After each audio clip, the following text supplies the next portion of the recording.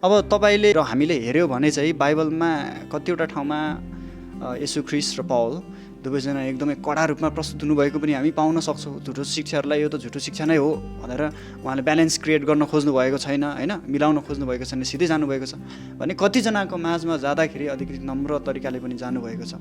अब अहिलेको विश्वासीहरूले के सिक्ने येशू ख्रिस्ट र पौलको सेवाकाईको मोडेलबाट? हजुर, यो त हामीले अझै बुझ्न पर्ने कुरो के हो भने नेपालमा विभिन्न तरिकाबाट विभिन्न मान्छेले सुसमाचार ल्याएको छ र धेरै मान्छेले धेरै प्रकारले सेवा सुरु गरेको छ। तर जुन तरिकाले सुरु गरे पनि उद्देश्य एउटै के हुन्थ्यो भने येशू ख्रिस्टको नाउँमा चाहिँ विश्वास गरेर उद्धार र मुक्ति पाउने, पाप क्षमा पाउने अनुग्रहद्वारा भन्ने कुरा नै केन्द्रलाई राखिएको छ। तर बोलाउने तरिका, मण्डलीमा आकर्षित गर्ने तरिका त चङ्गाईलाई आशिषलाई त मण्डलीले पारेकै हो, चर्चले पनि पारेकै हो, होइन। त्यस्तै सच्चाइमा पनि कस्तो हुन्छ भने उनीहरूले पनि हुँदाखेरि अब हिन्दूहरू पनि सबै गर्यो भने जस्तो देख्छ।